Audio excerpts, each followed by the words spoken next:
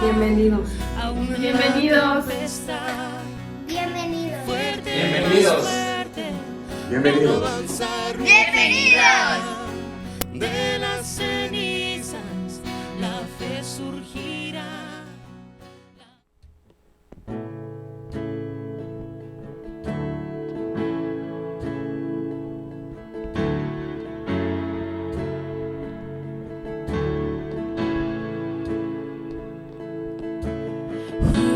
Juntos hoy cantamos como hermanos, Él nos unió, hijos de todo el pueblo. Este es el tiempo de alzar la voz, no escucharé miedo, mi mirada pongo en el cielo, en tu gracia firme estoy, tú me amas tal como soy, valiente seré, yo sé, mi esperanza está en él. Oh,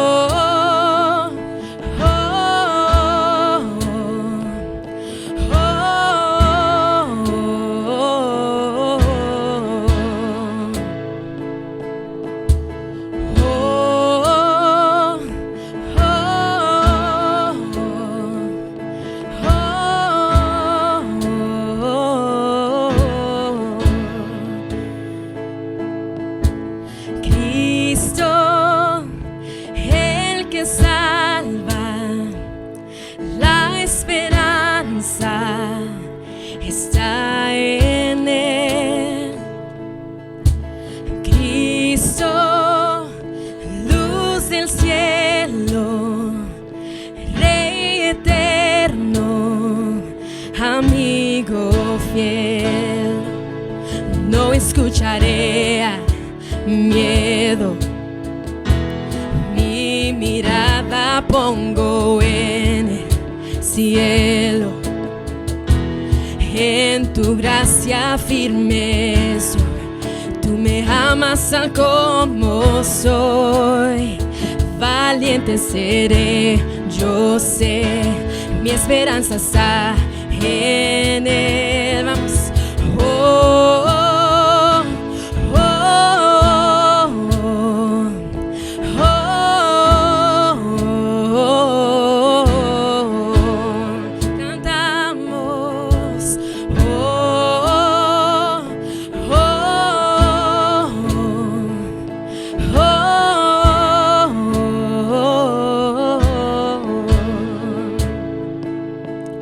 se oirá en los cielos el sonido de nuestra adoración, las murallas caen a sus pies al oír su voz, por su gracia Él nos limpió, cuán bueno es Dios, su nombre es Cristo. Se oirá en los cielos el sonido de nuestra adoración, las murallas caen a sus pies al oír su voz, por su gracia Él nos limpió, cuán bueno es Dios, su nombre es Cristo.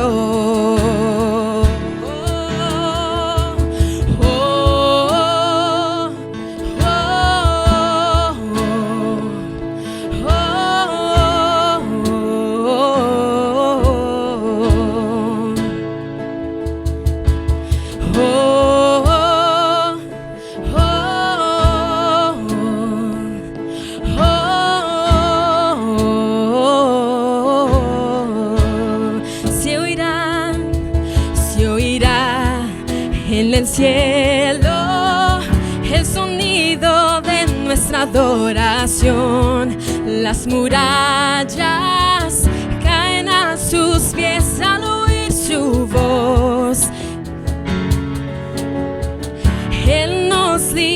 Oh, cuán bueno es Dios, su nombre es Cristo.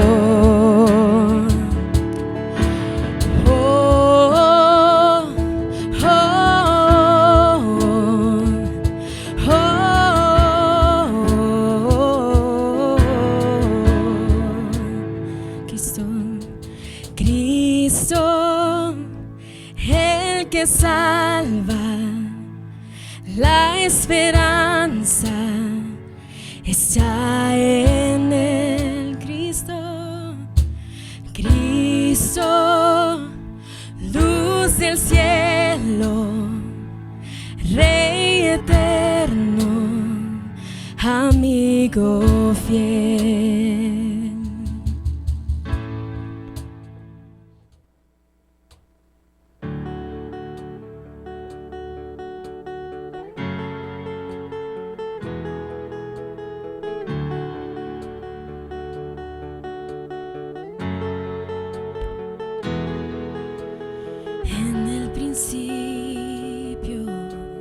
Dios creador, antes del tiempo eras tú.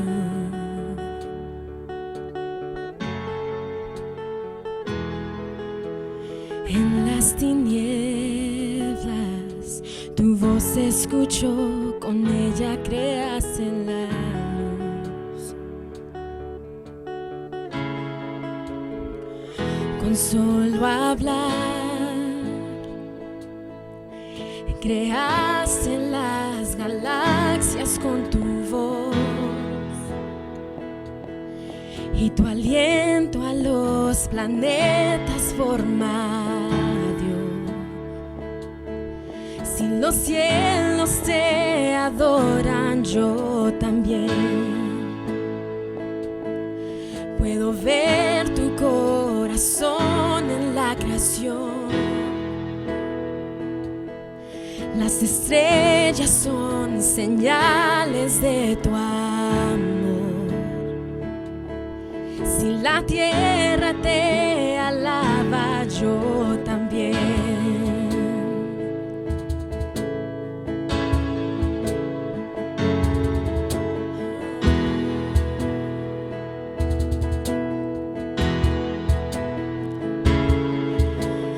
Dios de promesas, tu palabra es fiel, tus dichos permanecerán.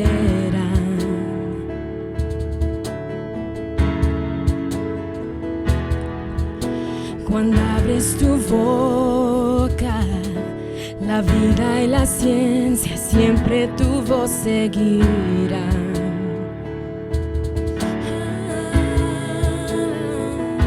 Solo hablar, le diste vida a todo alrededor.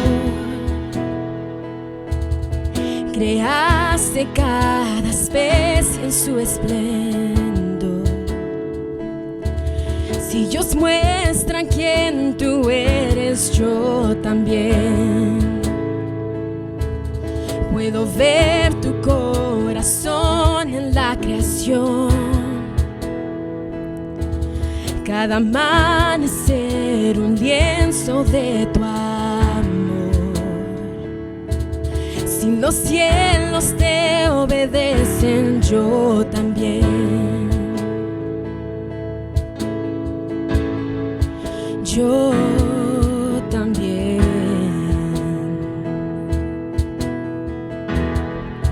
Yo también.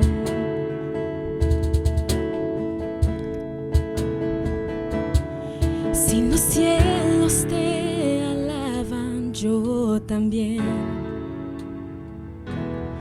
Si los montes se arrodillan, yo también. Si los mares se someten, yo también. Y si todo fue creado para ti, yo también. Si los vientos te obedecen, yo también.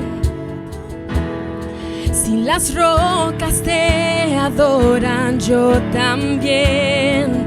Oh, oh. queda mucho que expresar. Un billón de veces volveré a cantar. Oh, oh,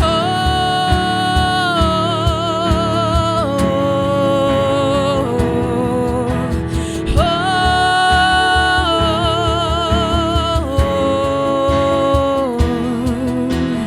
Eres quien salva. Viniste por mí, peleaste por mi corazón.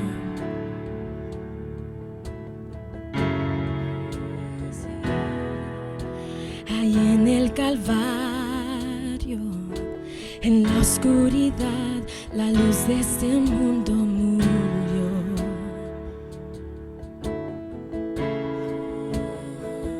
Con solo hablar disipas mis fracasos y temor. Tú viniste para darme salvación. Si la muerte derrotaste, yo también. Tu misericordia veo en la creación. Cada escena pinta un cuadro de tu amor. Si elegiste ser un siervo, yo también. Puedo ver tu amor en la humanidad. Cada hijo que viniste a rescatar. Si viviste para amarlos, yo también. Como tú lo harás una y otra vez, pues tu gracia no se puede comprender. A que se perdió lo buscas otra vez. Dios los bendiga. Estamos muy contentos porque están una vez más acompañándonos en esta transmisión. Creemos en que Dios tiene una palabra para tu vida. No te desconectes y continúa con nosotros. Dios te bendiga.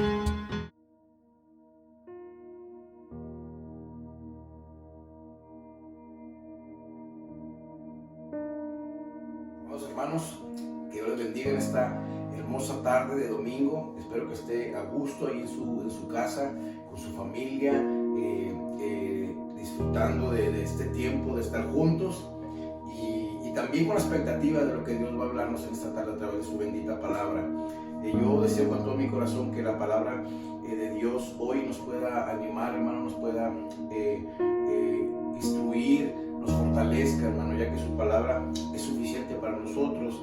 Y yo quiero que retomemos la enseñanza o la predicación que llevamos acerca del libro de los Hechos, en el capítulo 5, hermano. La semana antepasada nos quedamos en el versículo 11, terminamos ahí en el pasaje o en el incidente de Ananías y Zafira. Y hoy comenzaremos a partir del versículo 12 hasta el versículo 33. Así que quiero que me acompañe ahí en su lugar a orar. Y después de orar, quisiera que leyéramos la escritura y comenzáramos con la predicación en esta tarde. Señor, te damos gracias en este día por la oportunidad que nos das de estar aquí, Señor, de estar listos para escuchar tu bendita palabra, Señor. Te pido en el nombre de Jesús que tú nos hables al corazón, Señor, que tu palabra nos instruya, Señor, que tu palabra nos dé aliento, nos fortalezca, Señor. Te pedimos en el nombre de Jesús que tú abras nuestro entendimiento, Señor, nuestra mente, nuestro corazón, Padre Santo, a tu palabra. Señor, gracias, te hemos adorado, te hemos exaltado, Señor. Tú eres bueno, Señor. Te pido que me ayudes a mí a poder compartir tu palabra, Señor. Reconozco mi incapacidad, Señor. Reconozco que no sé hacerlo, pero yo te pido que tú me ayudes, Señor, para que tu nombre sea glorificado, Señor. Gracias, en el nombre de Jesús. Amén. Amén. Ahora quiero que me acompañes con tu Biblia. Si no tienes tu Biblia, tienes tu teléfono o síguelo ahí. Parece ser que aparece en la pantalla también nosotros mientras leemos. Dice la palabra de Dios: y por la mano de los apóstoles se hacían muchas señales y prodigios en el pueblo.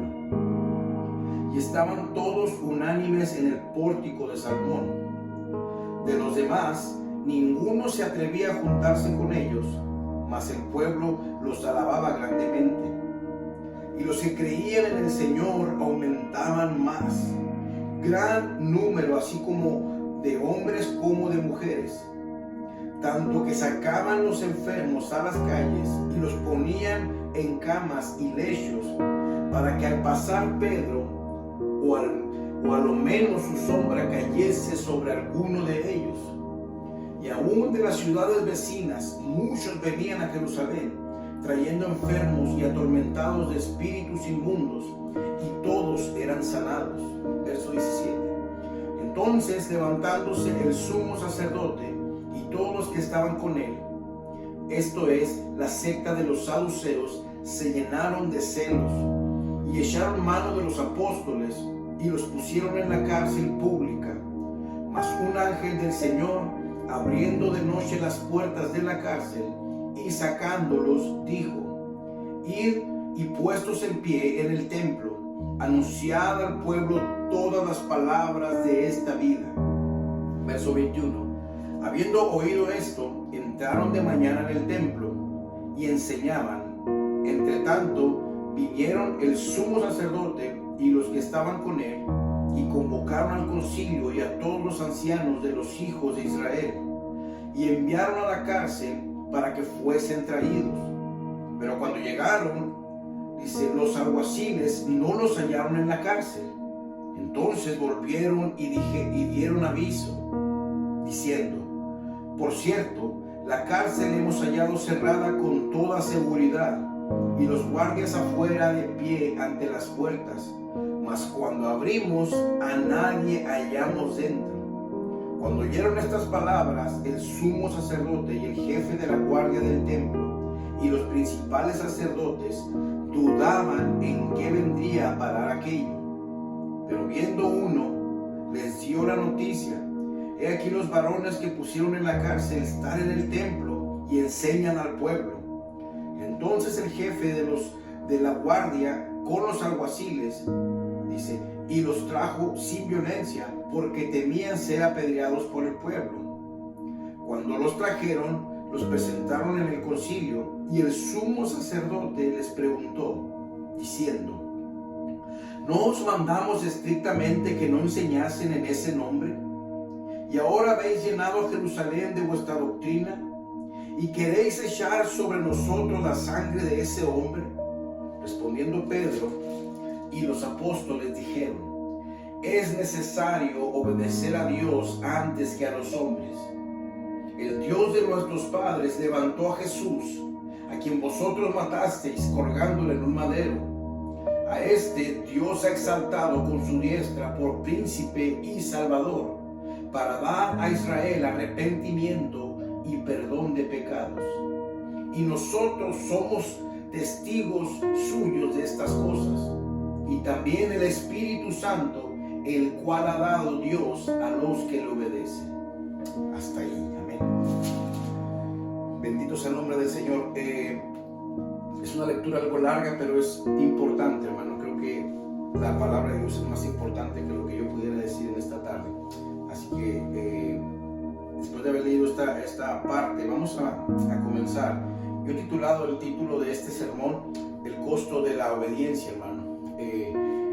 Usualmente vemos mensajes que hablan acerca de la bendición de la obediencia o de aquellas ventajas que tú puedes obtener cuando tú obedeces a Dios, que es una verdad en la palabra de Dios. Pero hoy voy a hablar acerca de lo que cuesta obedecer al Señor, de lo que implica cuando tú tienes que obedecer lo que Dios te manda que hagas, hermano. Y de alguna manera quiero que sepas, no sé si lo sabes o lo has experimentado en tu vida, pero nunca obedecer a Dios ha sido algo sencillo para nosotros, hermano.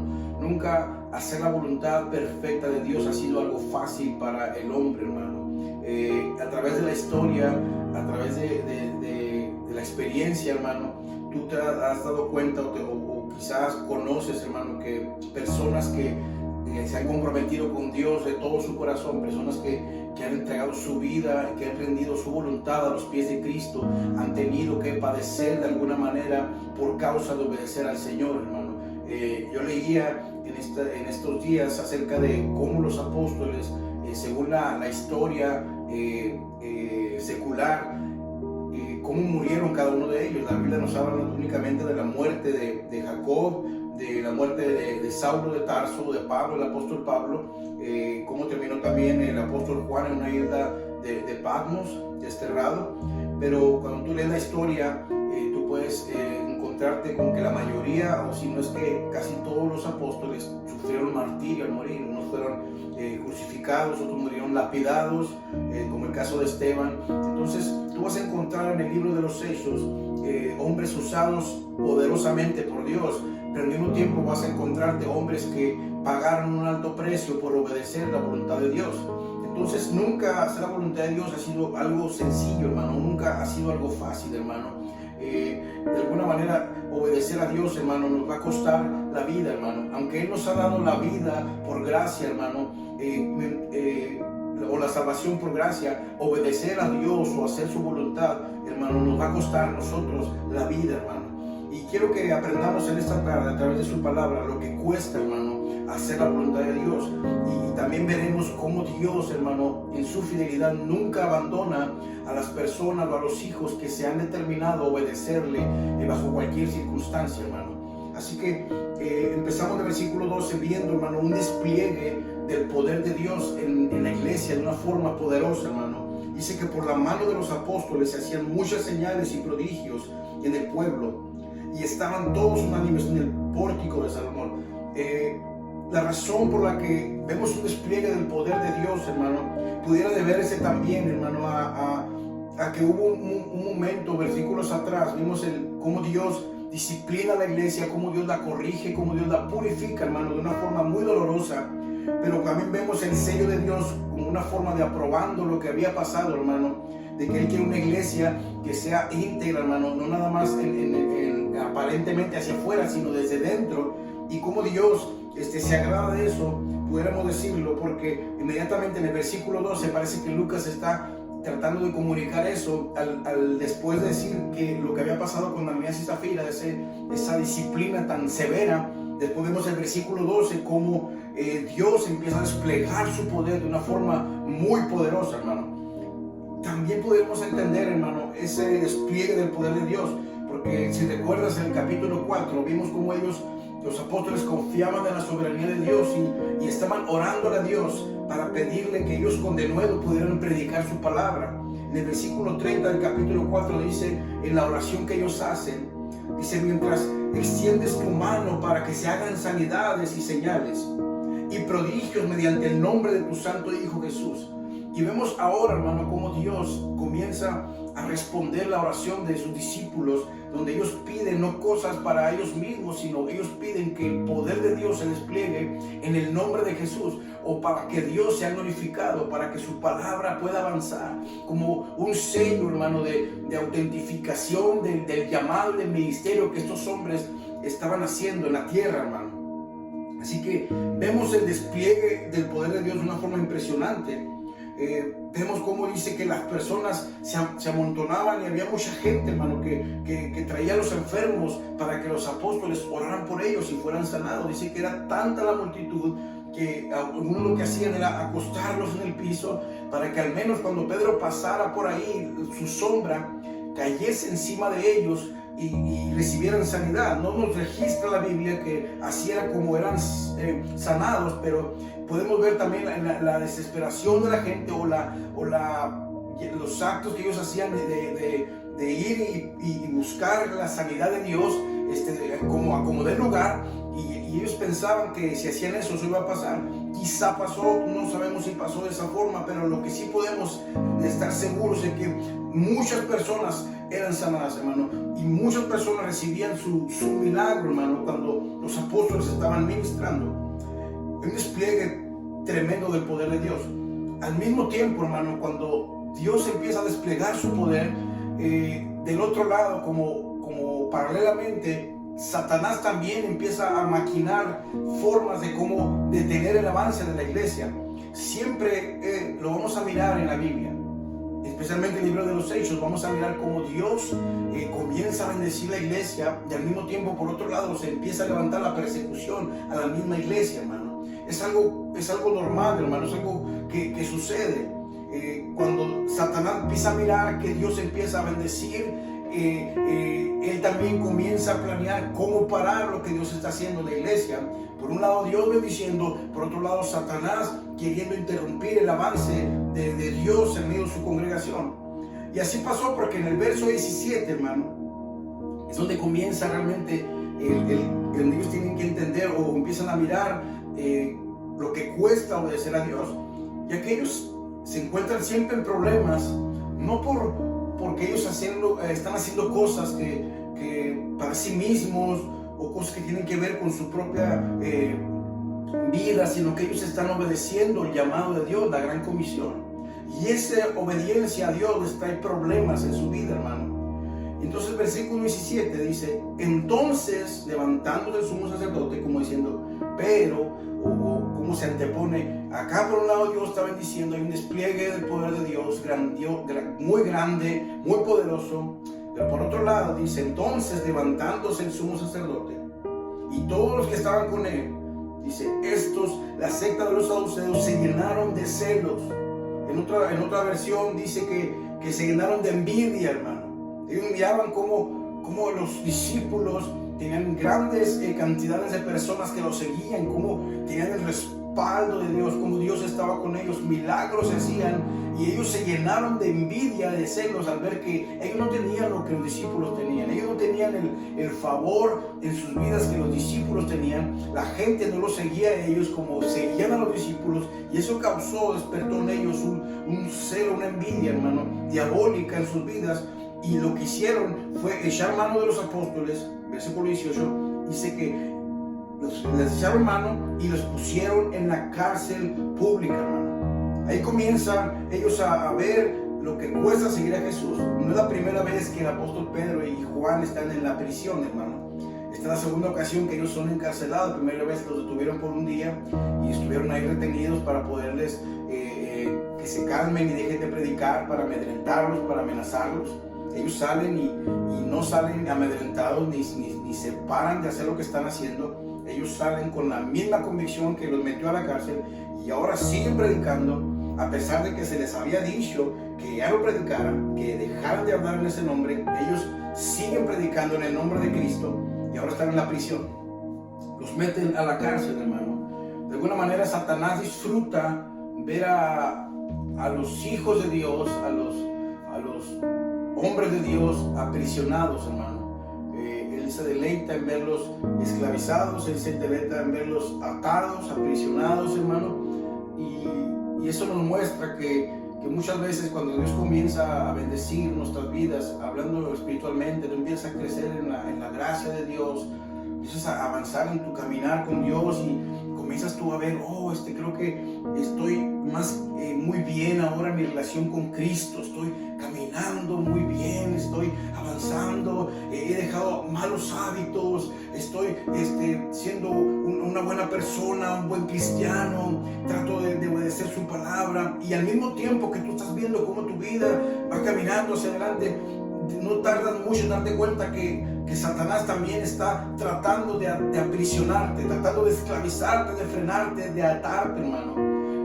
Nunca, hermano, mientras uno camina hacia la dirección de la voluntad de Dios, nunca va a ser sin oposición. Siempre habrá oposición, hermano, para que tú hagas la voluntad de Dios, hermano. Siempre habrá trabas para que tú hagas lo que Dios te mandó hacer. Siempre habrá tropiezo para que tú no hagas lo que Dios quiere que tú hagas, hermano. Y Satanás se deleita en meterlos a cadilla, en atraparlos para que no podamos seguir creciendo en la fe, para que no avancemos hacia la voluntad de Dios, hermano. Y de manera de neutralizarnos y aprisionarnos para que no continuemos glorificando a Dios en nuestra vida.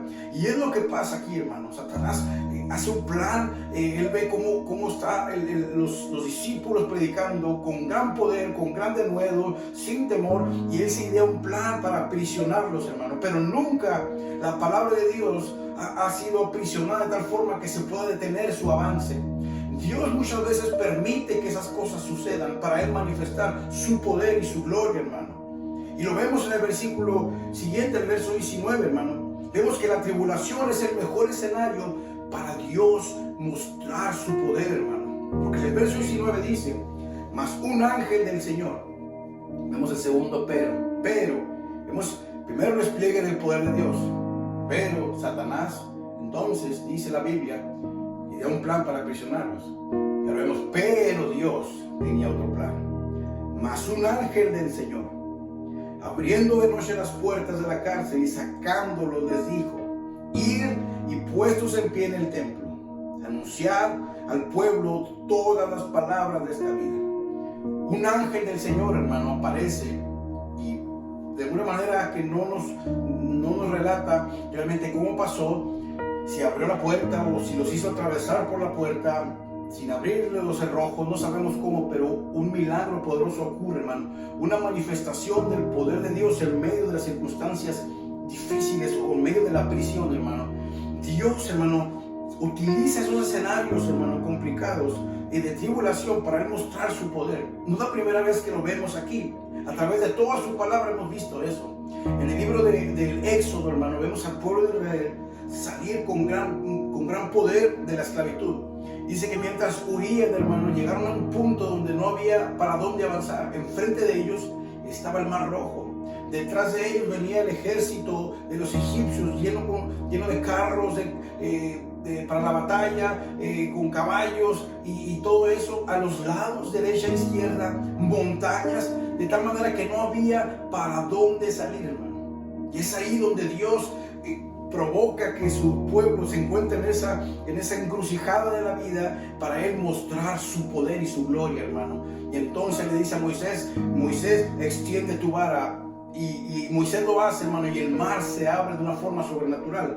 Dios siempre, hermano, lo hace así, hermano. Muchas veces Dios lo va a meter en situaciones complicadas, en situaciones difíciles para él mostrar su poder y su gloria, hermano.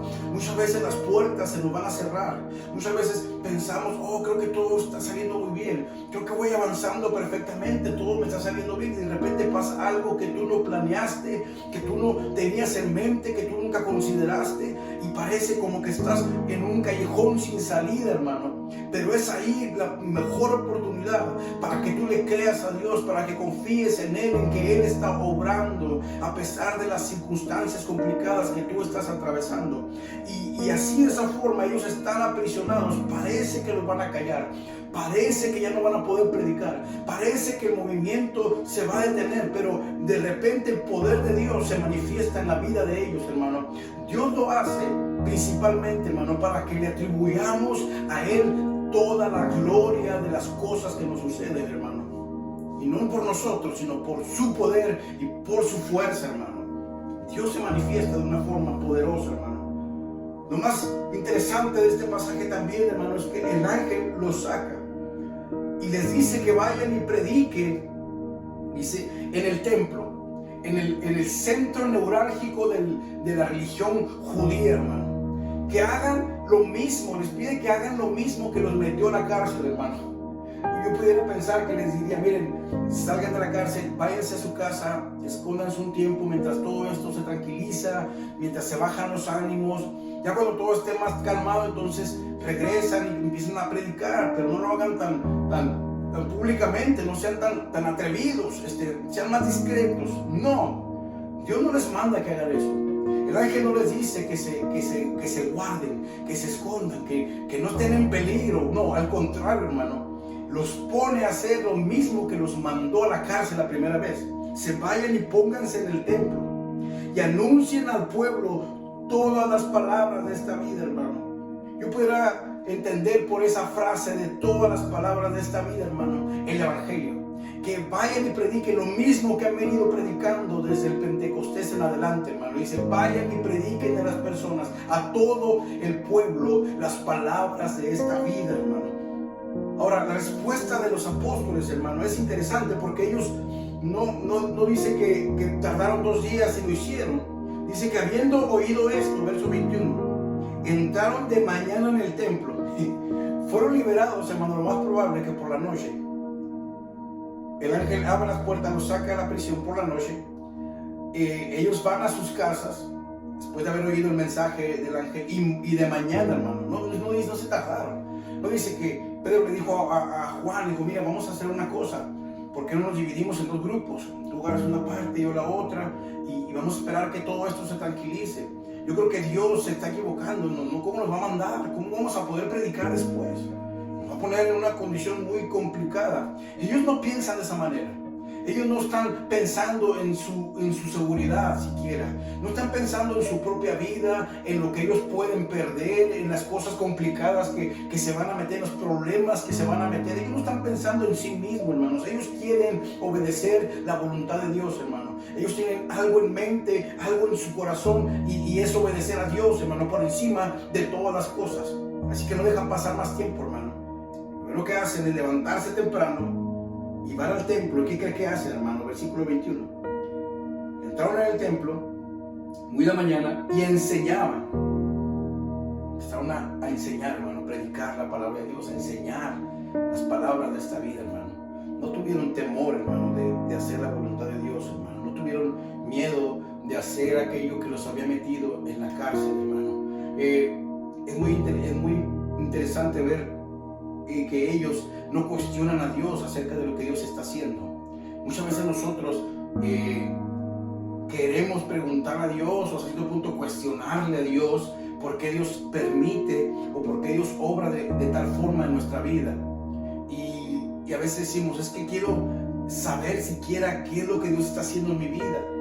Y queremos saber qué es lo que Dios está haciendo, hermano, indirectamente o inconscientemente, porque no confiamos en su soberanía. Es como cuando tú vas en un carro y de repente ves que el chofer empieza a manejar de una forma, va para un lado y para otro, y tú dices, caray, ¿a dónde va? Pero este no es el camino es por acá. ¿Y por qué he tomado este atajo si regularmente para llegar al punto aquel se tiene que ir por esta carretera? Entonces tú empiezas a estar incómodo y de repente vas con el chofer, ya sé que sea de un Uber o un taxi, y dices, oiga, ¿sí sabe para dónde vamos? ¿Sí está seguro? ¿Sí tiene bien la dirección? Porque no conozco mucho este camino. Y el chofer voltea y le dice, no se preocupe, yo sé tengo la misma dirección que usted, vamos a llegar al destino. Y usted se queda preguntando, inquieto, incómodo, ¿sabrá este hombre lo que está haciendo? ¿Tendrá idea de hacia dónde va? ¿Y si se perdió? ¿Y se me lleva a otro lugar? Muchas veces nosotros hacemos eso con Dios, hermano. Dios nunca nos prometió un viaje sin complicaciones, hermano, sin turbulencia. Pero sí nos prometió llegar a nuestro destino, hermano. Un aterrizaje seguro, llegar al otro lado de la gloria. Eso sí es una promesa que Él dice, yo te voy a llevar como quiera al otro lado de la gloria. Pero ¿cómo te voy a llevar? No te prometo que no va a haber complicaciones. De hecho, Dios nos dice que habrá complicaciones. Jesús nos dijo, en el mundo tendréis aflicción. Así que no se sorprendan, hermano, cuando sean atacados o atribulados o perseguidos o que vengan dificultades en su vida. No se sorprenda, hermano, que no lo agarre desprevenido, porque Dios mismo le dijo. No tengan temor cuando atraviesen por esas cosas. No piensen que el viaje va a ser seguro siempre, pero lo que sí les garantizo es que van a llegar a su destino. Estos hombres, hermano, no le preguntan a Dios por qué, como a veces nosotros sí lo hacemos. Tratamos a Dios como alguien que se perdió en el camino. Si estará seguro Dios lo que está haciendo conmigo. Dios estará, si estará seguro, no se habrá Dios perdido. Dios, dime, y oramos, Señor, dime tu voluntad. ¿Por qué me pasó esto? ¿Para qué, Señor? Tú tienes que saber por qué o para qué. Si el Dios en el que tú crees y confías es un Dios soberano, es un Dios bueno, un Dios justo, un Dios santo, entonces todo lo que Él haga es bueno, aunque a nosotros no nos parezca, hermano. Aunque a nosotros no nos convenga de ello, hermano. Tenemos que entender que lo que Dios está haciendo en nuestra vida es bueno. Él es sabio y Él sabe lo que hace, hermano. Estos hombres no cuestionan a Dios, hermano. Estos hombres, hermano, tenían ciertas características que nosotros deberíamos de tener, hermano, en nuestra vida, si conocemos a Dios realmente. Estos hombres manifestaban cualidades de conocer a Dios realmente, de ser verdaderos cristianos, hermano. de alguna manera parece como que el término cristiano se ha devaluado mucho, hermano, o lo hemos devaluado mucho, hermano. A cualquier persona, por el hecho de que quizá vaya un día a la iglesia, le llamamos cristiano, le llamamos creyente y todo, y no todos los que van a una iglesia, hermano, tristemente, lo voy a decir, y es la verdad, usted lo debe saber, no todos los que van a una iglesia, no todas las personas que asisten los domingos a las congregaciones, no todas las personas que incluso se involucran en el ministerio, incluso tienen parte en cosas importantes de la iglesia, no todas las personas conocen realmente a Dios, hermano. No todos están dispuestos a padecer por su causa, hermano. No todos saben lo que implica llevar la cruz. No todos saben lo que significa la abnegación. No todos han sometido la voluntad completa a los pies de Jesús, hermano. Personas que solo se sirven a sí mismos. De cuando las cosas empiezan a cambiar y no les conviene, entonces ellos se retraen, hermano. Y no siguen avanzando o buscan otra opción. ¿Por qué? Porque obedecer a Dios muchas veces implica, hermano, tener que padecer. Estos hombres no estaban haciendo ese tipo de cosas, no estaban viendo por sí mismos, hermano. Hay tanta gente, hermano, en las iglesias, en muchas ocasiones, hermano, yéndose a las congregaciones, ofendiéndose con los hermanos. Ay, no me parece cómo hacen esto, no me parece cómo están haciendo eso, no me conviene a mí. No se preguntan primero si esto le conviene a la obra. No se preguntan si lo que están haciendo en la iglesia realmente es saludable para que el evangelio sea expandido de una forma poderosa en medio de las personas. No, gente pensando mucho en sí mismo, en estar cómodo en la iglesia. Es el problema que muchas iglesias hemos tenido, hermano, que nos hemos desviado a querer sentir bien a la gente, que se sientan a gusto, que se sientan cómodos. ¿Para qué? Para que permanezcan, para nosotros de alguna manera, y no sé si así sea el sentimiento o no sé de por qué razón, hermano, pero el tener gente o mucha gente en nuestra iglesia nos da como un sentido de seguridad o confianza en que Dios está ahí. Pero la cantidad de multitud que está en una iglesia no es el sello de que Dios está ahí, hermano. Puedes tener una iglesia, hermano, que no tengas tantas personas, pero si estás dentro de la voluntad de Dios, tienes que confiar en que Dios está contigo. Y tarde o temprano, Dios va a darte la bendición, hermano. Mucha gente en las iglesias tratando de hacer sentir bien a la gente. Y mucha gente muy chiples en la iglesia, hermano. Perdón que use la expresión, hermano. Cristianos muy ofendibles, muy sentidos, hermano. Y estos hombres no eran así. No vemos esa actitud en Pedro, en Juan. No vemos que ellos estén batallando por esas cosas. Ellos están enfocados en cumplir la gran comisión. Ellos realmente conocen a Dios. Y por encima de todo, hermano, ellos están aferrados a su voluntad. Debemos de considerar, hermano, qué clase de cristianismo nosotros estamos llevando en nuestra vida. Si es un cristianismo de abnegación o es un cristianismo donde buscamos únicamente ser beneficiados terrenalmente aquí donde estamos y buscamos únicamente la bendición, lo que nosotros entendemos por bendición a veces, porque a veces la bendición no a veces, sino la bendición en la palabra de Dios tiene que ver más con cosas que no se ven que con cosas que se ven. Nosotros siempre relacionamos la bendición muchas veces con las cosas materiales. Si tenemos un carro nuevo, bendición del Señor. Si tenemos la casa, bendición del Señor. Y a veces que perdemos la casa, perdemos el carro, entonces no, Dios no está con nosotros. Y no nos damos cuenta de que Dios está con nosotros, hermano. Perdamos la casa o perdamos el carro, hermano, tenemos la bendición. Porque nuestra bendición no consiste en cosas materiales, hermano, y pasajeras y perecederas. Estos hombres tenían cualidades, hermano, poderosas, que delatan o evidencian a una persona que realmente conoce a Dios. Estos hombres tenían valor, hermano, no se acobardaban. Ellos no tenían temor, hermano, y lo manifestaron al obedecer la voz de Dios, cuando le dijo, vayan y hagan lo mismo que los metió en la cárcel. Ellos no dudaron. Al otro día se levantan temprano y van y se ponen a predicar y enseñar en el mismo lugar donde los habían arrestado, hermano. En el centro de la religión judía se paran y empiezan a hablar de Jesús y de su evangelio, hermano. Los hombres tenían valor, eran osados, no se acobardaban, hermano. También eran hombres, hermano, que tenían principios. Dice que cuando los mandaron traer, hermano, versículo 28 dice, ellos nos mandan traer otra vez. Dicen, ¿qué están haciendo? ¿Por qué están haciendo lo que les prohibimos que hicieran? ¿Qué les pasa? ¿Qué no entienden? Entonces dicen, no mandamos estrictamente que no enseñases en ese nombre. Y ahora habéis llenado a Jerusalén de vuestra doctrina y queréis echar sobre nosotros la sangre de este hombre. Versículo 29, bien cómo responde Pedro, hermano. Pedro me impresiona mucho porque siempre que le dan la palabra o que tiene oportunidad de responder, hermano, no duda, hermano, en predicarles con valor y denuedo y no intimidarse, hermano. No vemos respuestas ambiguas en la vida de Pedro. No vemos cómo ellos están tratando de cuidar lo que dicen para que los hombres no se ofendan. He visto muchas personas, hermano, mucho contenido cristiano, aparentemente, con respuestas muy ambiguas, como no quiero ofender a ningún grupo de la sociedad, no quiero ofender al que piensa de esta forma, que tiene esta ideología, y quiero de alguna manera que mi ministerio o que mi trabajo, lo que sea que yo haga, que pueda yo abarcar más gente y que no se ofendan todos y yo pueda ser influencia para todos. Y yo no veo eso en Pedro. Él nunca diluyó el mensaje, nunca lo rebajó, nunca le quitó lo ofensivo para no dañar a las personas, que no se sintieran mal. Al contrario, hermano, él habla y repite lo mismo, hermano, que ellos lo acusan. Dicen, ¿por qué ustedes quieren echar la sangre de este hombre encima de nosotros?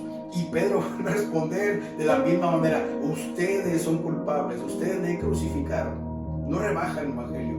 Ojalá, hermano, hubiera más personas, más cristianos, más hombres de Dios, hermano, que no diluyen el evangelio, que no tienen miedo que la gente se ofenda, porque la gente no son sus dueños ni sus patrones, es Dios el que les está mandando que lo hagan.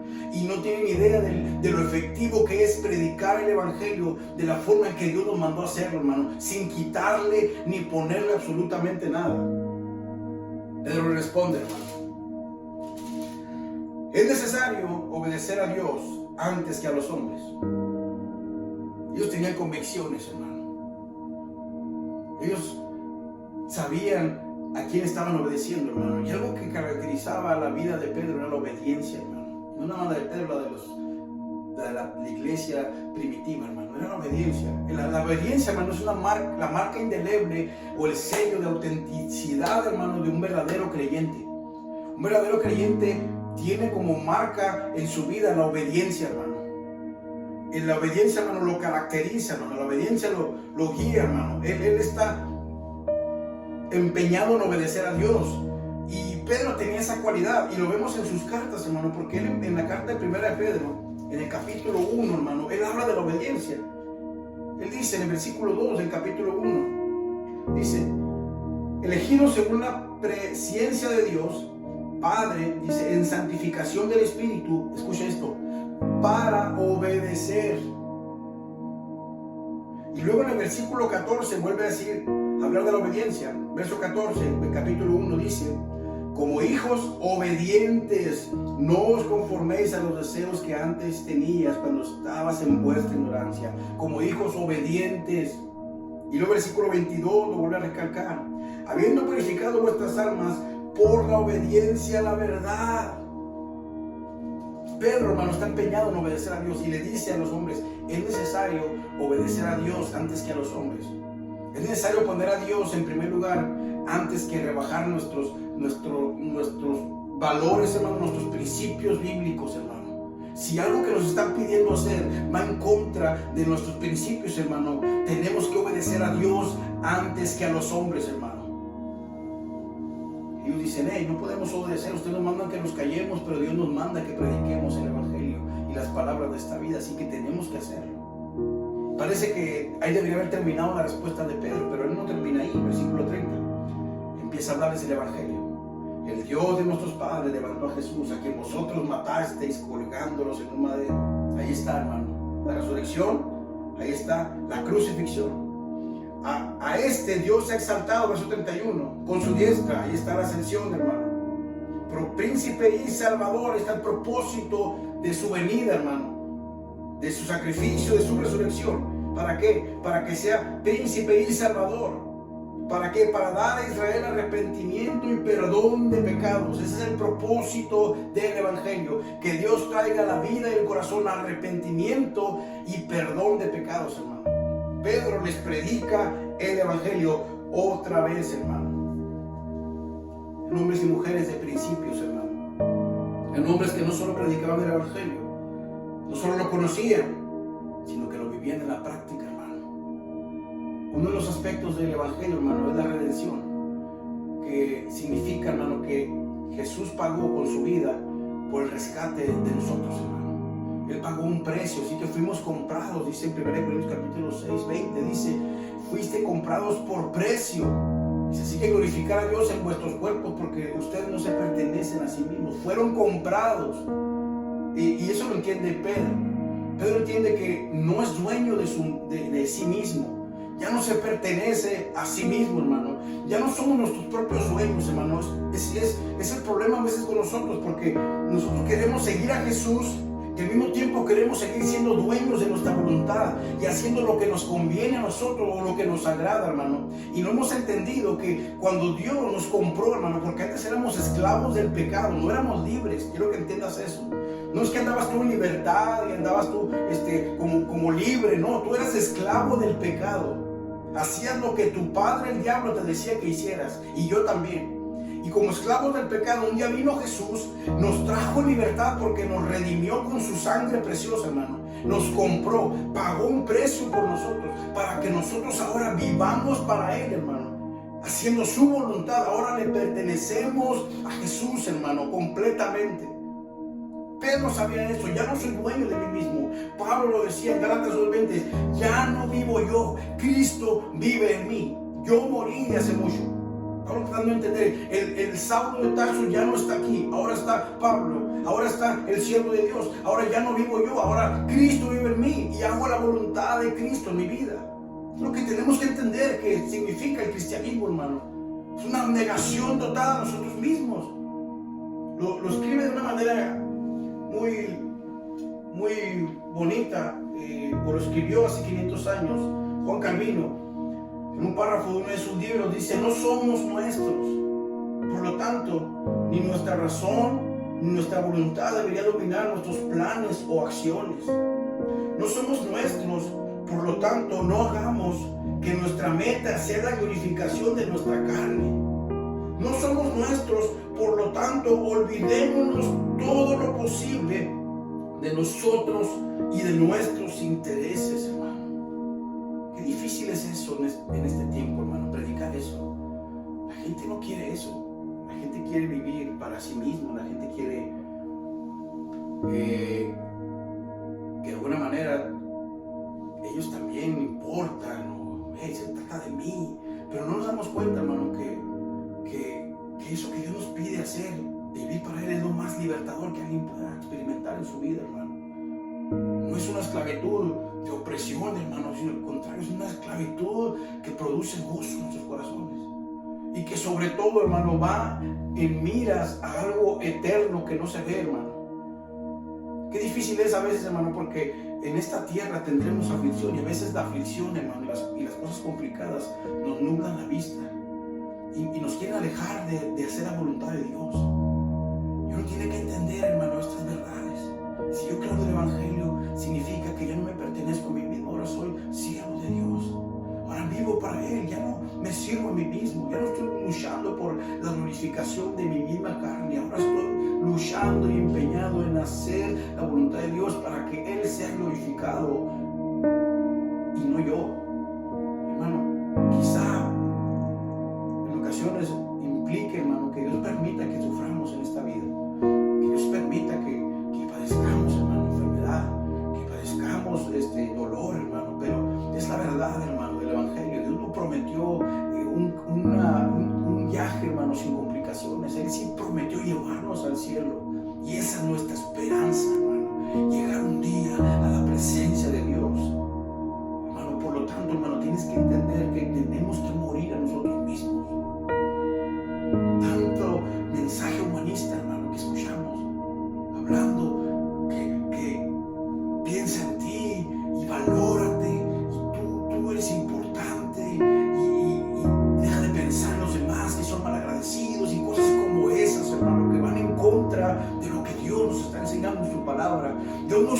invita a abandonarnos a nosotros mismos, a dejarlos, a olvidarnos de nosotros, a sacarnos nosotros del centro y dejar que Él sea el centro de la voluntad, hermano, que Él mande nuestra vida, que Él reine en nuestras decisiones, no nosotros mismos, hermano, aunque nos duela, aunque no entendamos, aunque no comprendamos, aunque sea algo que no nos beneficie mucho a nuestro entendimiento carnal, pero es la voluntad de Dios, hermano, porque al reino sí le beneficia.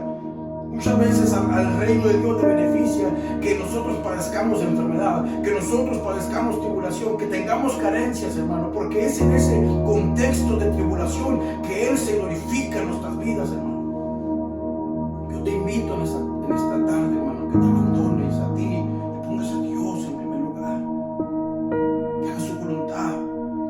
Obedecer a Dios nos va a costar, hermano, nos va a costar mucho, hermano, nos va a costar la vida. Consideremos seguirle o no. Si alguno quiere venir en pos de mí, lo dijo, tenga cuidado de lo que está decidiendo.